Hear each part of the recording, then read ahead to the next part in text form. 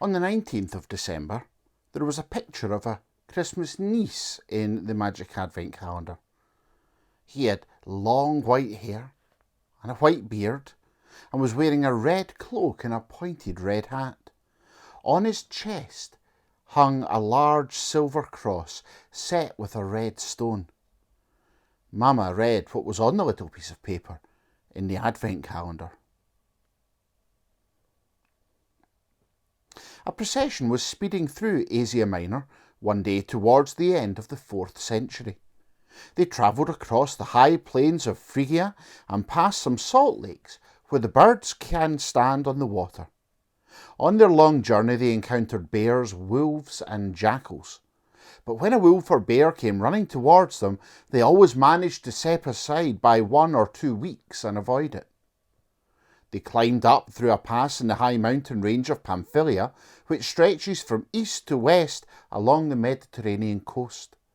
A couple of 1,000 metres above sea level, they caught sight of a figure dressed in green. It was a tall man, sitting like a living landmark at the watershed where the road began tilting downwards towards the Mediterranean Sea. As soon as they noticed the figure in green, Caspar and Balthazar began waving their arms and tried to run past the sheep. "Who's that?" asked Elizabeth. "He must certainly be one of us," said the angel Ethereal.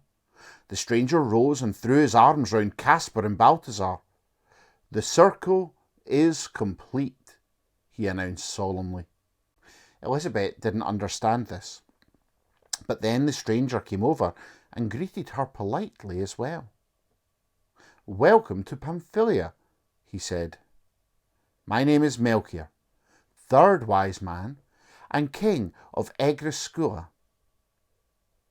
Then Elizabeth understood what he had meant by the circle being complete, for now all 3 kings of Orient were gathered together. "You've so many strange names," she said.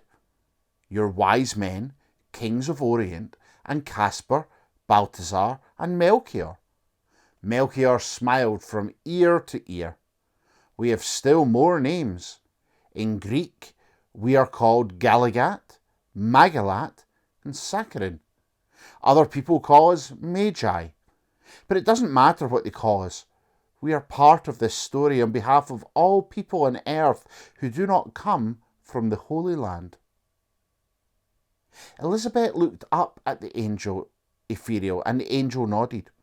"That's quite true." "Of course, one would not tell lies, surely," continued Melchior. "One would not have been a king of Orient unless one spoke the truth, surely. One would not have been particularly wise either, only seeming wise." He was so funny when he talked like that, Elizabeth couldn't help laughing. He had more to say. "Besides, I wouldn't have been called Melchior if I hadn't been fond of milk. Nor would I have been called Saccharin unless I was fond of sugar. In short, I am so happy that I often want to sing and dance. And I am always very happy every Christmas Eve, for that's when Jesus was born." "That'll do," said Joshua, striking a stone with his shepherd's crook. "To Bethlehem, to Bethlehem."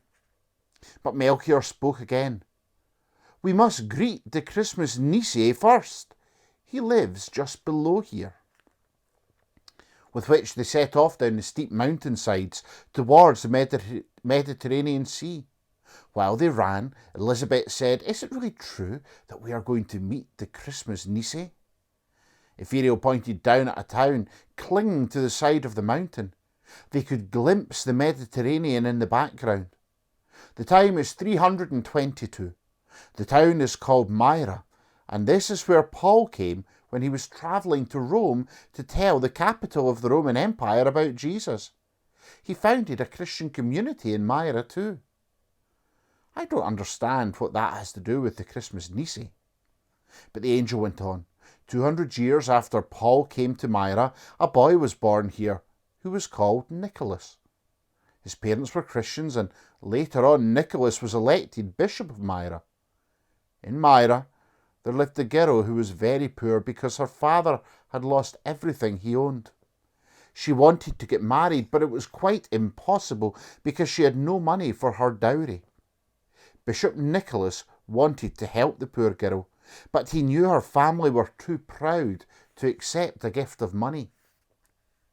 Perhaps he could have put some money into her father's bank account, suggested Elizabeth. Yes, although this was a long time before such things as banks existed.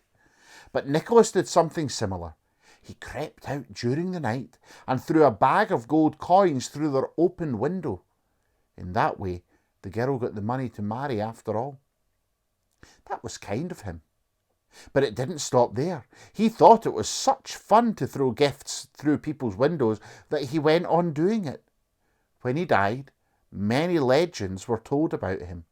Later, he became St. Nicholas. That turned into Santa Claus, and in Norwegian into the Christmas Nisse. The word Nisse comes from Nicholas, and so do the names Niels and Klaus. Did he have red clothes and a long white beard and a red hat? Wait and see, said the angel ethereal. The sun had not yet risen. They stopped in front of a low church building in Myra. As soon as they stopped, the church door opened. Out strode a magnificent man with a long red cloak, a long white beard and a red hat. Round his neck he wore a large silver cross with a red stone in it. He almost looked like a Christmas Nisse, but Ethereal whispered in Elizabeth's ear that the time was 325 after the birth of Jesus, and that the man was dressed in quite normal bishop's clothes.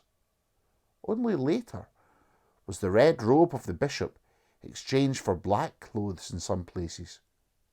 It is Bishop Nicholas of Myra, whispered the angel. Elizabeth had an idea. Has it anything to do with myrrh? You do well to say so, for myrrh was one of the 3 Christmas gifts to the Christ child, said the angel with a smile. It has become custom to give gifts at Christmas because of the gifts the 3 wise men brought to the Christ child, and because of Bishop Nicholas's generosity. In his arms the man held 3 different caskets. He walked firmly towards the 3 kings of Orient, bowed low, and offered each of them a casket. Caspar's casket was full of shining gold coins, in Balthazar's casket was incense, and in Melchior's casket myrrh. We are on our way to Bethlehem, said Caspar. Bishop Nicholas laughed so that his beard shook. Ho, ho! You so must take a few little gifts for the Christ child in the manger. You simply must do that, mustn't you? Ho, ho! Since Elizabeth was standing in front of a real Christmas Nisse, she ran right up to him and felt his red cloak. Then he bent down and lifted her up on his arm. She tried to pull his beard to find out whether it was real, and it was. Why are you so kind? She asked. Ho, ho, ho, laughed the man in red again. The more we give away, the richer we become, and the more we keep for ourselves, the poorer we become. That's the mystery of generosity. Neither more or less, but it's the mystery of poverty too. The angel Imperial clapped his hands. Well spoken, Bishop. Bishop Nicholas continued, all those who lay up themselves treasures on earth will be poor one day, but those who have given away all they possess will never be poor.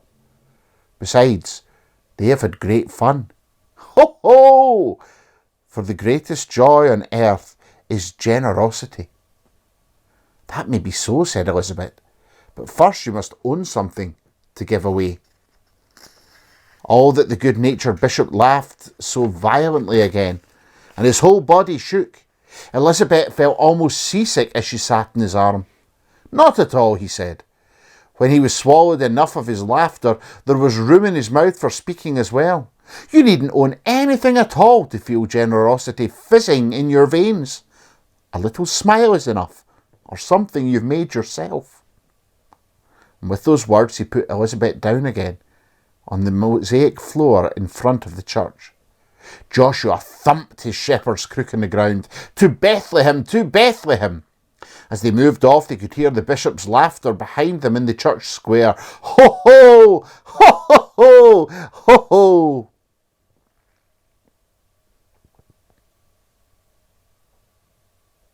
Mama looked up from the paper and began laughing as well. It was infectious, and when Joachim burst out laughing, Papa couldn't resist it either. So they sat there chuckling, all 3 of them. At last, Mamma said, I think laughter is like wildflowers. Both are a part of the glory of heaven that is strayed down to earth. But that kind of thing is easily scattered. Before Mamma had finished reading what was on the scrap of paper, Papa had brought out the historical atlas. The names are on the map, he said. And Paul really did visit a town called Myra when he was on his way from Jerusalem to Rome. Perhaps Elizabeth in the photo travelled the same way as Paul, suggested Joachim, because she went to Rome too. And she had a silver cross with a red stone in it, said Mamma. The Christmas Nisi did as well. Papa laughed. Then he went into the sitting room to fetch an encyclopedia. He came back, reading as he came down the passage. Quite correct about the Bishop of Myra. He was the very first Santa Claus. I must say, history is full of strange connections, said Mamma. It's as if small Nisa must have been jumping up and down all through the centuries.